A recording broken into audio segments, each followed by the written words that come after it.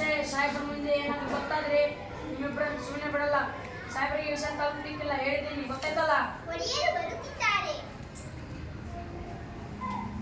ರಾಜಾಧಿರಾಜ ರಾಜ ಮಹಾವಂಶನಿಗೆ ಬಹುಬಲ ಬಹುಬಲ ಬಹುಬಲ.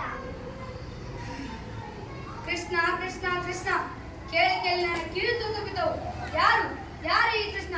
ಹಾಲು ಕೊಡಲು ಹೋದ ಕೂತನಿಯ ರಕ್ತ ಏರಿದನಂತೆ, ಸಾವಿರ ಮಾಡೆಯನ್ನು ಬೆನ್ನೋಡಿದ ಶಕಟನ ಸೊಂಟ ಮುರಿದನಂತೆ, ತೃಣಾರ್ಥ ಅವನ ಕೈಲಿ ಆಟದ ಬುಗರಿಯಾಗಿ ಹೋದ, ದೇಣುಕ ಬೇದನ್ನು ಪಡೆಯುವ ಬಡಗಿಯಾಗಿ ಹೋದ.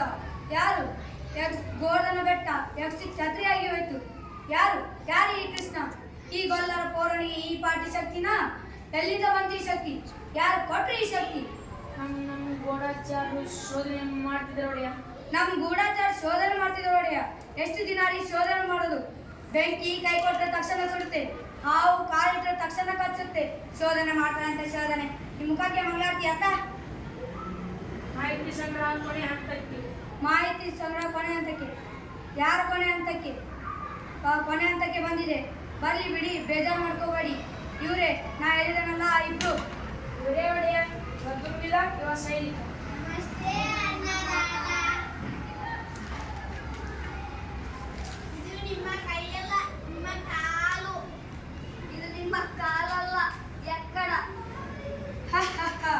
ಶಭಾಷ್. ಇದು ಕೈ ಅಲ್ಲ, ಕಾಲಲ್ಲ, ಎಕ್ಕಡನೂ ಅಲ್ಲ, ಯಮಪಾಶ. ತಿಳ್ಕೊಳ್ಳಿ. ನಮ್ಮ ಪಟ್ಟದ ಅಂಗಡಿ ಹೇಗಿದೆ? ಏನದರ ಹೆಸರು? ಕುವಾಲಯ ಪೀಡ. ಕುವಾಲಯ ಪೀಡ ಕಡೆಲ್ಲ ಆಗಿದೆಯಾ? ಆಗಿದೆ ಒಡೆಯ. ಸಾಹೇಬರು ಬಂದು ಪರಾಮರ್ಶಿಸುತ್ತಾರೆ.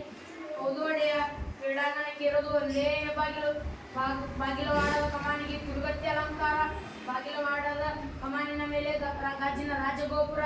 ಅದೇನಾದ್ರೂ ತಲೆ ಮೇಲೆ ಬಿತ್ತು ಅಂದ್ರೆ ಶ್ರೀಮದ್ ರಮಾರಮಣ ಗೋವಿಂದರೇ ಗೋವಿಂದ. ಆದ್ರೆ ಅದು ತಲೆ ಮೇಲೆ ಬೀಳ್ಬೇಕಲ್ಲ. ಬಿಡುತ್ತೆ ಬಿಡುತ್ತೆ.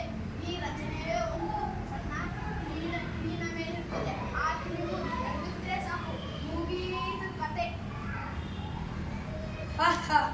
ಏನ್ ಬುದ್ಧಿ, ಏನ್ ಕತೆ? ಒಳ್ಳೆ ರಾಕ್ಷಸ ಕಂಡು ನೀವು. ಸುಮ್ಮನೆ ಇನ್ನೊಂದು ಬಾಗಿಲಿಟ್ಟಿ. ಇನ್ನೊಂದು ಬಾಗ್ಲ? ಎಲ್ಲರೂ ಬರೋ ಬಾಗಿಲಲ್ಲಿ ನಾ ಬರೋಕ್ಕಾಗುತ್ತಾ ಮತ್ತೆ? ಹಾಗೆ ಒಡೆಯ. ನಾ ಬುರುಡೆ ಒಳ್ಳೆ ಮಾಡಿದ್ದೀನಿ. ಹಳದಿ ಬಣ್ಣ ನೋಡಿದ್ರೆ ಸಾಕು, ಈ ಅಂತ ಮೈ ಮೇಲೆ ಬೀಳುತ್ತೆ. ಬೀಳ್ಬೇಕು, ಮತ್ತೆ ಬೀಳ್ಬೇಕು. ಕೆಲಸ ಆದ್ಮೇಲೆ ಮದ್ದು ಹಾಕಿ ಸುಟ್ಟು ಬಿಡಿ. ಅದೇನೋ ಇನ್ನೇನೋ ಬೇರೆ ದಾನ್ಲೆ ಮಾಡಿತ್ತು. ಮಕ್ಕಳು ಮರಿ ಇರ್ತವೆ ಪಾಪ. ಅಲ್ವೇ ಮತ್ತೆ? ಹೊರಡಿ, ನೀವಿನ್ನು ಹೊರಡಿ.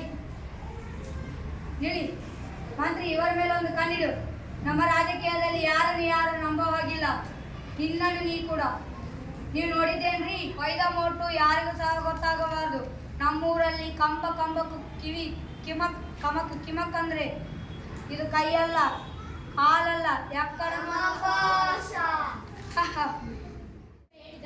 ಎದೆ ಇದ್ದ ಬೆಳೆದಿದ್ದಾರೆ ಮಕ್ಕಳು ಅಂತ. 16 ವರ್ಷ ಆಯ್ತಲ್ಲ ಕೃಷ್ಣನ ನೋಡಿ. ನನ್ನ ಕಣ್ಣಲ್ಲಿ ಅವನಿನ್ನು ಎಳೆ ಬೂಸೆ. ಲೋಕದ ಎಲ್ಲ ಮಕ್ಕಳು ತಮ್ಮ ಅಪ್ಪ ಅಮ್ಮಂದಿರ ದಿನ ದಿನ ಚೂರು ಚೂರು ಬೆಳೀತಾರೆ. ಲೋಕದ ಎಲ್ಲ ಮಕ್ಕಳು ತಮ್ಮ ಅಪ್ಪ ಅಮ್ಮಂದಿರ ಮುಂದೆ ದಿನ ದಿನ ಚೂರು ಚೂರು ಬೆಳೆಯೋದನ್ನು ನೋಡೋದು ತಮ್ಮ ಅಪ್ಪ ಅಮ್ಮಂದಿರ ಪುಣ್ಯವೇ ಪುಣ್ಯ.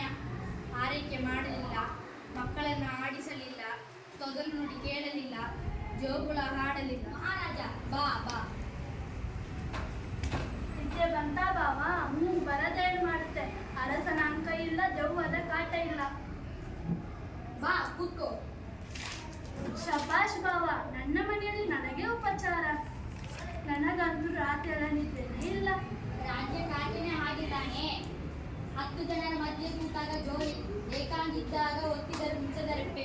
ಅಷ್ಟೇ ಬಲು ತಮಾಷೆ ನೀನು. ದೇವಕಿ, ನಿಮ್ಮ ಅಣ್ಣನಿಗೆ ಸ್ವಲ್ಪ ಹಾಲಾದರೂ ಕೊಡು. ಹಾಲ ಕುಡಿಯೋರು ನಾವು. ಹಾಲು ಹಿಡಿಸಲ್ಲ ನಮಗೆ. ಶಿವಸಾಗರ ಪತನದ ಕಥೆ ಗೊತ್ತಲ್ಲ ನಿಮಗೆ? ಬೇಡ ದೇವಕಿ, ಹಾಲು ಏನೂ ಬೇಡ. ಸ್ವಲ್ಪ ಮಾತನಾಡಿ ಹೋಗೋಣ ಅಂತ ಬಂದೆ. ನಿನ್ನ ಕುಡಿದೋಳು ನಿನ್ನ ಮಾತಾಡು ಮಹಾರಾಜ. ನೋಡಿದ್ಯಾ ಇನ್ನೂ ನನ್ನ ಮೇಲೆ ಅಸಮಾಧಾನ. ನನ್ನ ತಂಗಿಯ ಮೇಲೆ ನನಗೆ ಪ್ರೀತಿತ ಅಂದುಕೊಂಡಿದ್ಯಾ? ಸಂಪೋಳೆ ಹಾಕಿದ್ದೇನೋ ನಿಜ. 100ಕ್ಕೆ 100 ಶಬ್ದ ಅಪರಂಜಿದು. ಕೊರಳಿಗೆ 3 ಎಳೆ, ಕೈಗೆ 2 ಎಳೆ, ಕಾಲಿಗೆ 1 ಎಳೆ, ಎಲ್ಲ ಚಿನ್ನದೆ. 25 ವರ್ಷ ಆಯಿತು ಮಾಡಿಸಿ. ಸ್ವಲ್ಪ ಅದನ್ನು ತಪ್ಪಾಗಿದೆ ಅಂದ್ರೆ ಇರ್ಲಿ ಬಿಡು ಬಾವ. ನಿಮಗೊಂದು ವಿಶೇಷ ಸುದ್ದಿ ಹೇಳಬೇಕು. ಮಥುರಾ ನಗರದಲ್ಲಿ ಘನಯಾಗ ಮಹೋತ್ಸವ. ದೇಶದ ಎಲ್ಲ ಕಡೆಯಿಂದ ಸಾಹಸಿಗರು ಬಂದಿದ್ದಾರೆ. ರಾಜನ ಮುಂದೆ ತಮ್ಮ ಶಕ್ತಿ ಪ್ರದರ್ಶಿಸಬೇಕು. ಮಧುರಾ ವೀರ ಪ್ರಶಸ್ತಿಯನ್ನು ಗೆಲ್ಲಬೇಕು. ಏನು ಚೋರಿ ಹುಡುಗರದ್ದು ಇವತ್ತು ಹಬ್ಬ. ಯಾಕೆಂದು ಗೊತ್ತಿಲ್ಲವೇ? ಅದೃಷ್ಟವಂತರು ನೀವು. ನಿಮಗೇನೂ ಗೊತ್ತಾಗಲ್ಲ. ಹೊತ್ತು ಹೊತ್ತಿಗೆ ಊಟ, ಹೊತ್ತು ಹೊತ್ತಿಗೆ ನಿದ್ದೆ. ಬಿಸಿಲಲ್ಲಿ ಬೇಡವಾಗಿಲ್ಲ, ಮಳೆ ತೋರವಾಗಿಲ್ಲ. ನಾಲ್ಕು ಗೋಡೆಗಳ ಮಧ್ಯೆ ನಿಮ್ಮದೇ ಒಂದು ಪ್ರಪಂಚ. ಒಂದು ನನ್ನ ಒಳಗೆ ಬರೋ ಹಾಗಿಲ್ಲ, ಒಂದು ನನ್ನ ಹೊರಗೆ ಹೋಗೋ ಹಾಗಿಲ್ಲ. ಆದ್ರೂ ಮುಕ್ಕು ಸೆರೆಮನೆಯೊಳಗೆ ಬಂದೇ ಬಿಡ್ತು. ನೆಮ್ಮದಿ ಸೆರೆಮನೆಯಿಂದ ಹೊರಗೆ. ಆದ್ರೂ ದೇವರಿಗೆ ಕನ್ನಡದಲ್ಲಿ ಇದೇ ಸ್ವಾತಂತ್ರ್ಯರು. ಬಯಲಿದ್ದ ಬಂದಿಗಳು ನಾವು. ಎಲ್ಲಿ ಹೋದರೂ ಈ ಅಂಗರಕ್ಷಕರ ಪೀಡೆ. ನಿಶ್ಚಿತವಾಗಿ ಊಟ ಮಾಡುವಾಗಿಲ್ಲ, ನಿಶ್ಚಿತವಾಗಿ ನಿದ್ದೆ ಮಾಡುವ ಹಾಗಿಲ್ಲ. ಕಣ್ಣು ಮುಚ್ಚಿದ ಕಪಟ ಮುಗಿದ ನಾಲ್ಕೊಂಡ ಮಕ್ಕಳು ನನ್ನ ಕಣ್ಣು ಮುಂದೆ ಬರುತ್ತಾ ವರ್ಷದಲ್ಲಿ ಅಷ್ಟಮಿ ರಾತ್ರಿಯಲ್ಲಿ ಅದೆಷ್ಟೋ ಮಕ್ಕಳು ಹುಟ್ಟಿದ್ದು ಈ ದೇಶದಲ್ಲಿ. ಅವನ್ನೆಲ್ಲ ಎಷ್ಟಂತ ಕೊಡಿಸಲಿ. ದೇವಕಿಯ ಹೊಟ್ಟೆಯಲ್ಲಿ ಹುಟ್ಟುವ 8ನೇ ಮಗು ಅಷ್ಟಮಿ ಪುತ್ರ. ನನ್ನನ್ನು ಕೊಲ್ಲಬೇಕು. ಆದರೆ ನಿನ್ನ ಹೊಟ್ಟೆಯಲ್ಲಿ ಹುಟ್ಟುವ 8ನೇ ಮಗು ಪುತ್ರ ಅಲ್ಲ, ಪುತ್ರಿ. ದೇವಕಿ ಬೆನ್ನಿಗೆ ಬಿದ್ದ ಅನ್ನಕ್ಕಿಂತ ಹೊಟ್ಟೆಯಲ್ಲಿ ಹುಟ್ಟಿದ ಕೂಸೆ ನೀರಿರುತ್ತಲ್ಲ. ದಯವಿಟ್ಟು ಹೇಳು ದೇವಕಿ, ನಿನ್ನ 8ನೇ ಮಗುವನ್ನು ಎಲ್ಲಿ ಬಚ್ಚಿಟ್ಟಿದ್ದೀಯಾ? ಹೇಳು ದೇವಕಿ.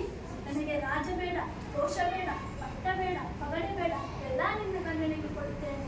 ಹೇಳು ದೇವಕಿ, ನಿನ್ನ 8ನೇ ಮಗುವನ್ನು ಎಲ್ಲಿ ಬಚ್ಚಿಟ್ಟಿದ್ದೀಯಾ? ಹೇಳು. ನಾನು ನಿಜ ಹೇಳಿದ್ರು ನೀನು ನಂಬೋದಿಲ್ಲ. ದೇವಕಿ,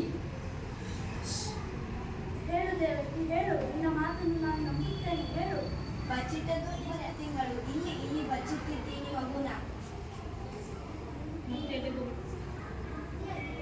ಮತ್ತೆ ಅದೇ ಮಗಳೇನ? ಹೇಳೆಚ್ಚಿ. 16 ವರ್ಷದ ಹಿಂದೆ ಅಷ್ಟಮಿ ರಾತ್ರಿಯಲ್ಲಿ ಹುಟ್ಟಿದ ಎಲ್ಲ ಮಕ್ಕಳನ್ನು ಕೊಲಿಸಿದೆ. ಎಲ್ಲ ಮಕ್ಕಳನ್ನು, ಲಕ್ಷ ಮಕ್ಕಳನ್ನು. ಆದರೆ ಆ ಒಬ್ಬ ಹುಡುಗನನ್ನು ಮಾತ್ರ ಕೊಲ್ಲಲಿಕ್ಕಾಗಲಿಲ್ಲ. ಅವನೇ ಗೋಕುಲದ ಕೋಲಾರ ಹುಡುಗ ಪಿಲ್ಲಗೌರಿ ಕೃಷ್ಣ. ಕೊಲ್ಲಲಿಕ್ಕೆ ಬಂದವರನ್ನೆಲ್ಲ ಅವನೇ ಕೊಂದು ಬಿಟ್ಟ. ಆ ಹುಡುಗನ ಅಪ್ಪ ನಿನ್ನ ಗಂಡನ ಬಾಲ್ಯ ಸ್ನೇಹಿತ, ಪರಮ ಮಿತ್ರ, ಆಪ್ತ ಮಿತ್ರ. ನಿನ್ನ ಮೊದಲ ಹೆಂಡತಿ ರೋಹಿಣಿ. ಅವಳ ಪಿಲ್ಲ ಬಲರಾಮ ಅವನ ಮನೆಯಲ್ಲೇ ಇರುವುದು. ಅರಮನೆ ಕಾವಲಕ್ಕೆ ಕತ್ತಿ ಹಾಕೋಕೆ ಬಂದು ಇಟ್ಕೊಳ್ಳಲ್ಲ ಸುಮ್ಮನೆ. ಈಗ ನೋಡಿದ್ರೆ ನೀವೆಲ್ಲ ಸೇರಿ ಏನೋ ಕಸರತ್ತು ಮಾಡೋ ಹಾಗಿದೆ. ಆ ಕೃಷ್ಣ ನಿಮ್ಮ ಮಗಳೇ ಇರಬೇಕು. ಇರಬೇಕೇನು? ನಿಮ್ಮ ಮಗನೇ ಅವನು. ನನ್ನ ಸೋದರನೇ ಅವನು. ಸುಳ್ಳು. ಕೃಷ್ಣ ನನ್ನ ಮಗ ಅಲ್ಲ. ಕೃಷ್ಣ ನನ್ನನ ಮಗ. ಕೃಷ್ಣ ಯಶೋದೆಯ ಮಗ. ಅವನು ನನ್ನ ಮಗ ಅಲ್ಲ. ನಿಮ್ಮ ಮಗ ಅಲ್ಲ. ಸರಿ, ಮತ್ತೆ ನಿಮ್ಮ ಮಗ ಅಲ್ಲ. ಅವನನ್ನು ಕೊಂದ್ರೆ ನಿಮಗೆ ಬೇಜಾರಿಲ್ವಾ?